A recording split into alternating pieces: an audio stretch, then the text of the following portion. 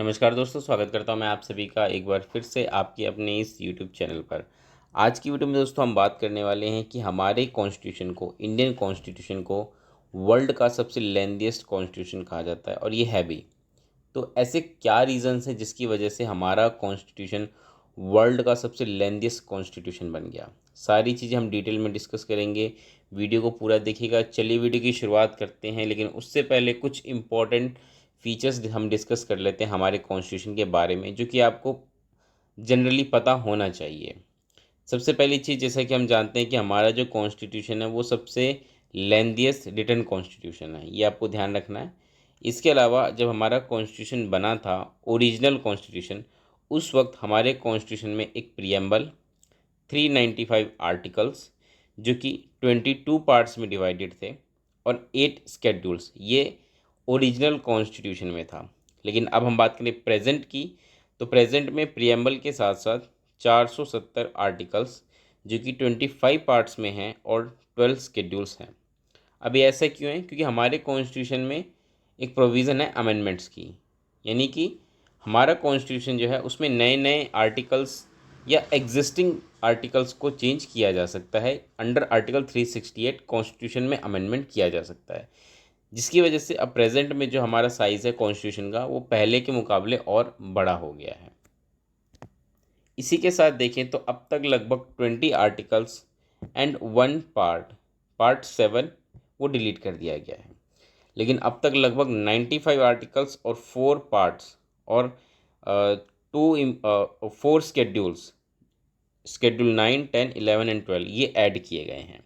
इसके अलावा पार्ट 6,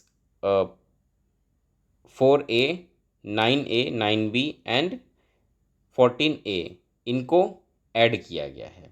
ठीक है, तो ये जो है अभी तक के कुछ इंपॉर्टेंट फीचर्स हैं हमारे कॉन्स्टिट्यूशन के, जिसकी वजह से भी हमारा कॉन्स्टिट्यूशन जो है अब पहले के मुकाबले और बड़ा हो गया है। क्या रीज़न्स हैं उनको डिस्कस करते हैं।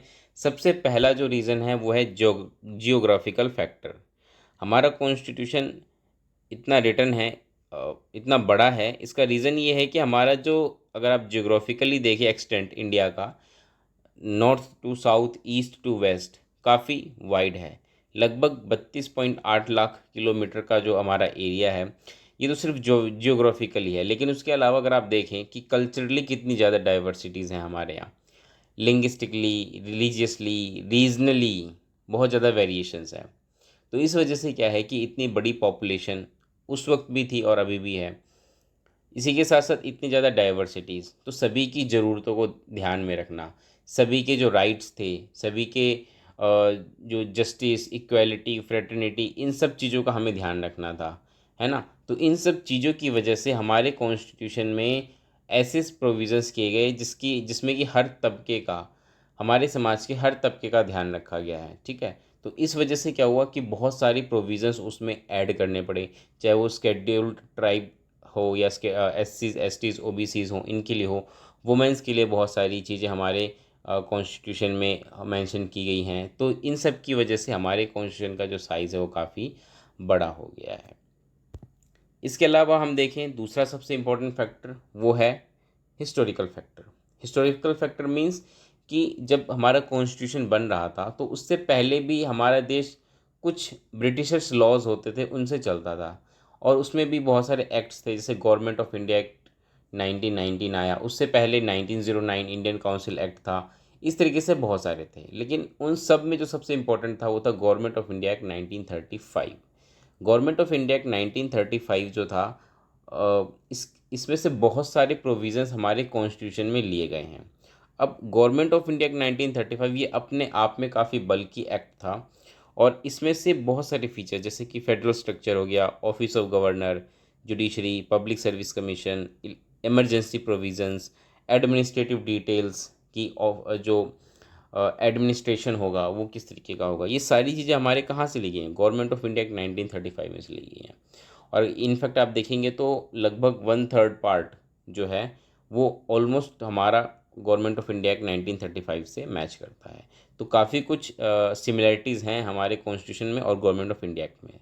इसी वजह से कई लोग क्रिटिसाइज़ करते हुए हमारे कॉन्स्टिट्यूशन को कहते हैं कि हमारा कॉन्स्टिट्यूशन कार्बन कॉपी है गवर्नमेंट ऑफ इंडिया एक्ट 1935 का।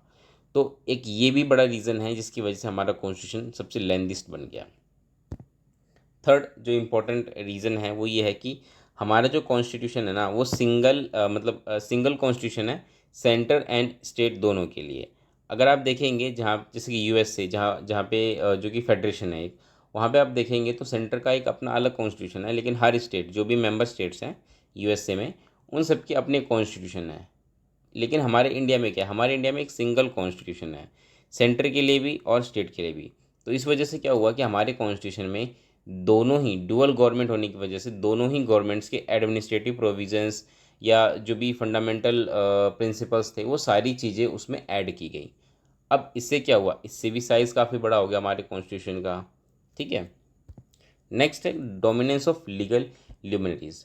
जैसे कि आप सभी जानते हैं कि कॉन्स्टिट्यूशन असेंबली में मोस्टली मेंबर्स जो थे वो लॉयर्स थे, इसलिए कई बार लोग उसको क्रिटिसाइज़ करते हुए कहते हैं कि जो हमारी कॉन्स्टिट्यूशन असेंबली थी that was paradise of lawyers. ठीक है। और इस वजह से क्या हुआ कि हमें इसका इन्फ्लुएंस हमें अपने कॉन्स्टिट्यूशन में देखने को मिला। देखिए होता क्या है कि जनरली जब कोई भी लीगल डॉक्यूमेंट बनता है और ख़ासकर जब उसको लॉयर्स बनाएं, तो उनमें होता क्या है कि अक्सर लीगल भाषा में अगर मैं आपको कहूँ तो देखिए जब कुछ भी लॉज या प्रोविजंस लिखे जाते हैं ना, तो उसमें इन चीज़ों का ध्यान रखा जाता है कि सारी चीज़ें बिल्कुल क्लियर हों, कोई भी एम्बिगिटी, कोई भी कन्फ्यूज़न ना हो, कुछ भी वेग डेफिनेशन ना लिखी जाए।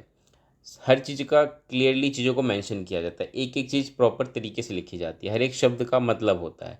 ठीक है। और कोशिश की जाती है कि किसी भी चीज़ का कोई दोहरा डबल मीनिंग ना निकले, कोई दूसरी मीनिंग ना निकले, है ना।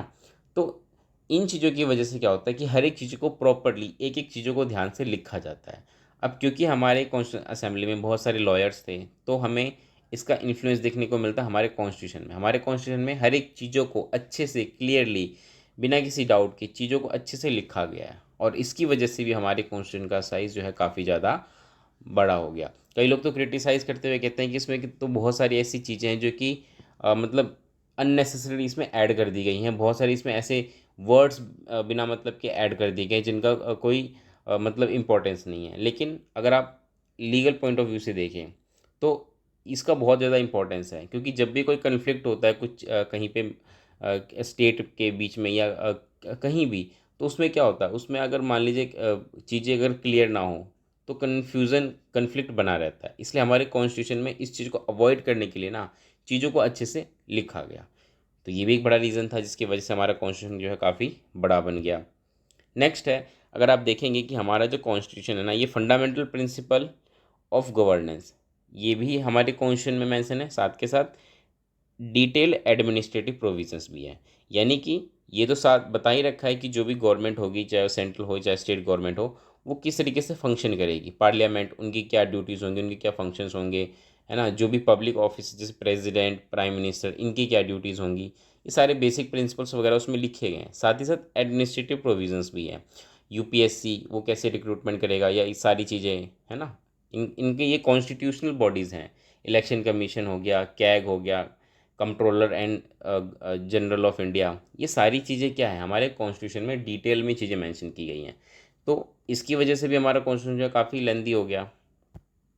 And the last reason is कि ऐसे सभी मैटर्स जो कि ऑर्डिनरी लेजिस्लेशन से भी हो सकते थे, बहुत सारे मॉडर्न कंट्रीज़ में ऑर्डिनरी लेजिस्लेशन के द्वारा उनको एड्रेस किया गया, लेकिन हमारे क्या है कि हमारे कॉन्स्टिट्यूशन में भी उन मैटर्स को हमारे कॉन्स्टिट्यूशन में ऐड कर दिया गया है ना।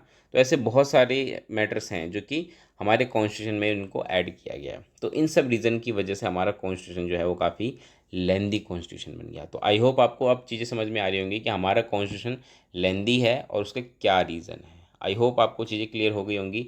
मिलेंगे दोस्तों अगली वीडियो में। इस वीडियो में इतना ही, तब तक के लिए नमस्कार, धन्यवाद।